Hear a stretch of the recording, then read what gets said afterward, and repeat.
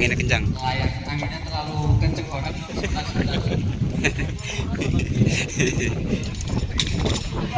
Enggak aman rusak kan?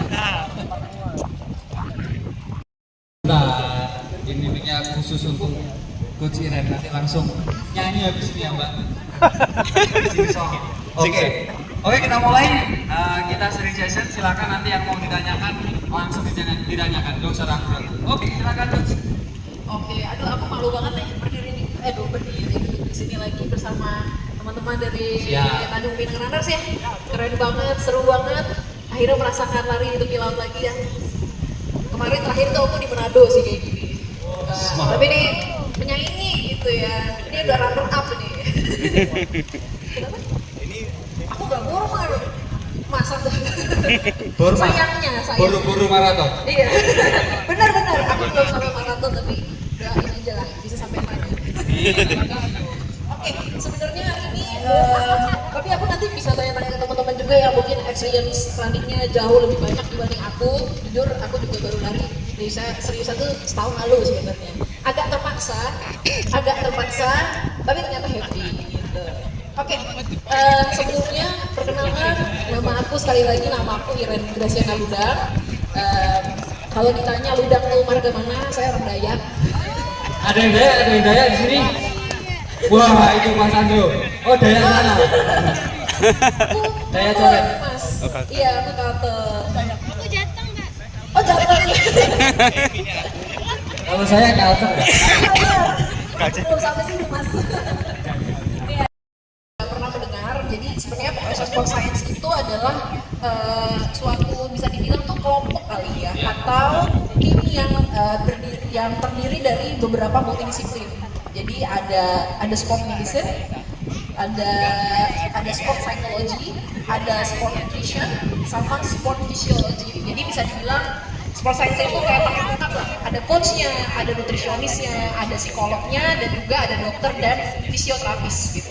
Nah kebetulan saya seorang fisioterapis, jadi nanti pas sharing-sharing silakan kalau teman-teman mau langsung tanya, it's okay, sangat terbuka gitu ya. Mau misalnya Mas Om, silakan kalau misalnya mau bertanya mengenai kendala-kendala gitu ya. Oh iya. Sini Pak. Ini kan kita pelari semua nih. Iya. Gimana sih biar kita itu sesuai yang Mbak Ira sampaikan tadi kan, lari itu biar kita itu tetap nyaman, tetap aman untuk diri kita itu yang seperti apa sih Mbak? Oke, sebenarnya ini kalau aku bilang ini adalah mungkin mudah dalam satu kalimat itu mudah, tapi sulit untuk dilakukan oleh runners. Saya yakin apalagi teman-teman Tanjung Pinang di sini semuanya ngacir-ngacir ya. Saya yakin gitu ya dengan elevasi ini ya. Aduh, gokil sih tadi. Ya, jadi kalau kita ngomongin di lari, sebenarnya ini mungkin agak sedikit apa ya, FYI gitu ya. Kalau kita ngomongin badan kita, mungkin teman-teman merasa bahwa oh lari itu cuma kaki aja. Tapi sebenarnya lari itu adalah semua tubuh tuh bergerak, mulai dari shoulder, kita ada arm swing gitu ya. Kemudian ada bagian core. Mungkin teman-teman yang aku mau info sedikit bahwa core itu sebenarnya nggak cuma di perut, tapi core itu adalah sebenarnya satu keliling ini, segidang. Gitu. Jadi kalau kita ngomongin oh ya latihan core, pasti pernah bertanya nggak sih latihan core kok selain plank ada superman juga gitu ya, terus ada glute bridge misalnya, oh itu masuk core, padahal yang saya tahu core itu cuma di perut gitu ya atau di abdominal, tapi sebenarnya core itu adalah sepanjang tubuh. Jadi ada perut kita sebut dengan abdominal, ada yang namanya back atau lower back ya, sampai upper back atau dari punggung dan juga pinggang, dan ada bokong juga sebenarnya masuk sebagai outer core. Sambil duduk aja.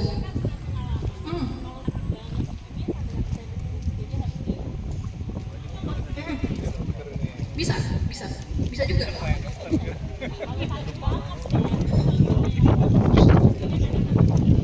Bisa.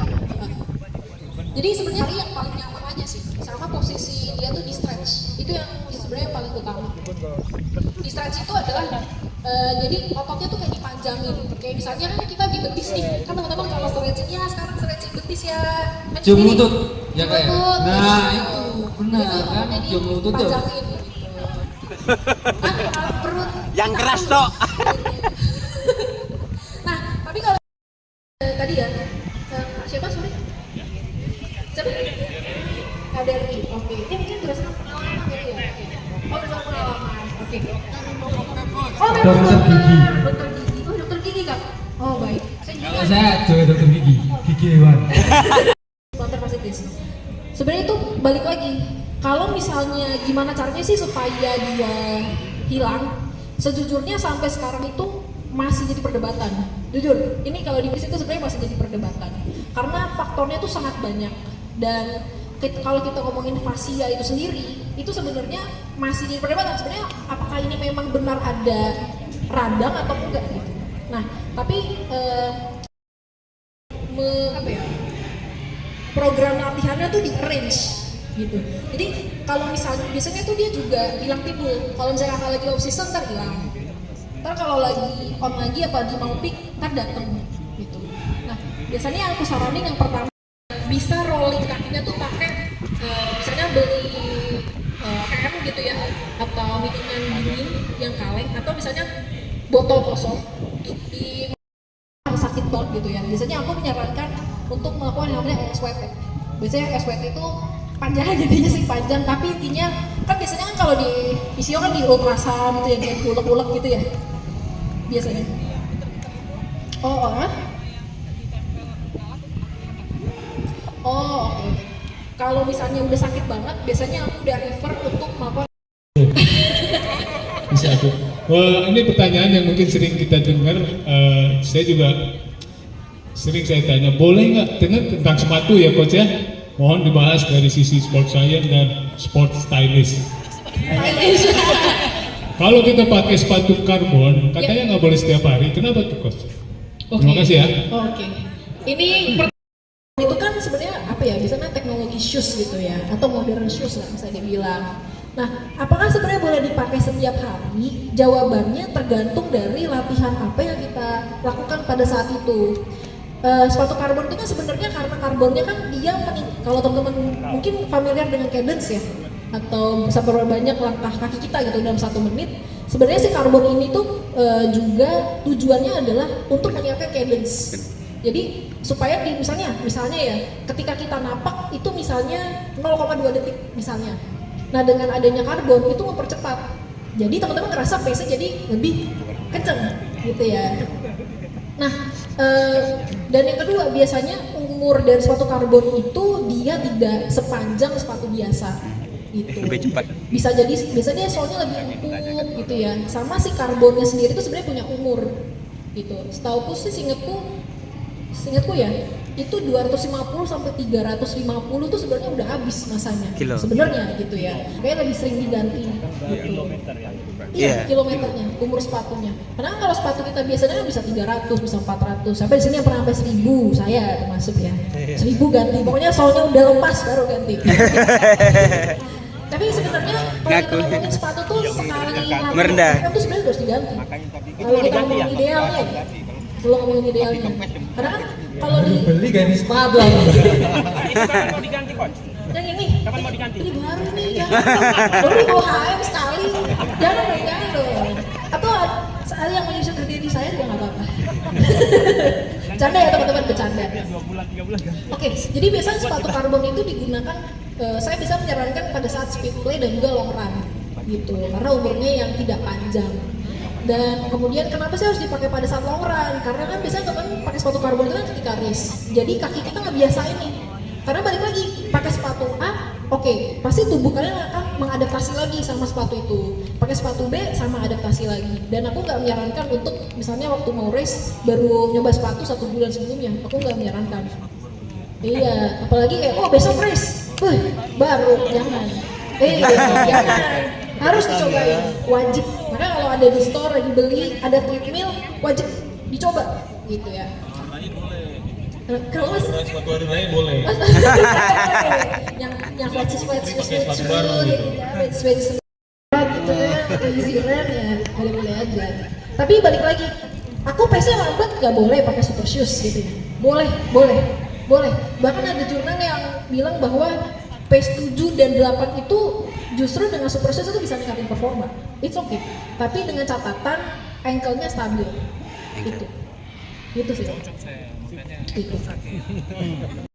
Om Tito. Oke lah, kalau gitu kita tepuk tangan untuk Coach Iren. Terima kasih Coach atas sharing-sharing ilmunya.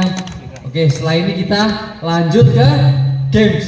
Nah, saya udah pakai ini berarti udah mau games ini berarti. Kalau udah pakai ini kan otomatis timing. Sebelum kita kasih game, kita kan Melayu berpantun kan.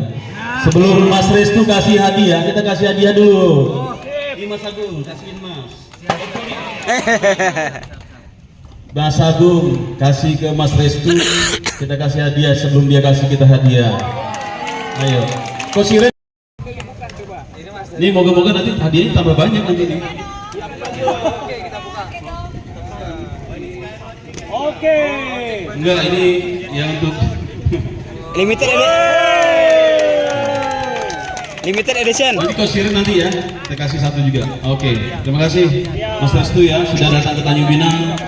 Semoga 2025 bisa berkolaborasi lagi, mungkin kita buat event yang luar biasa nanti.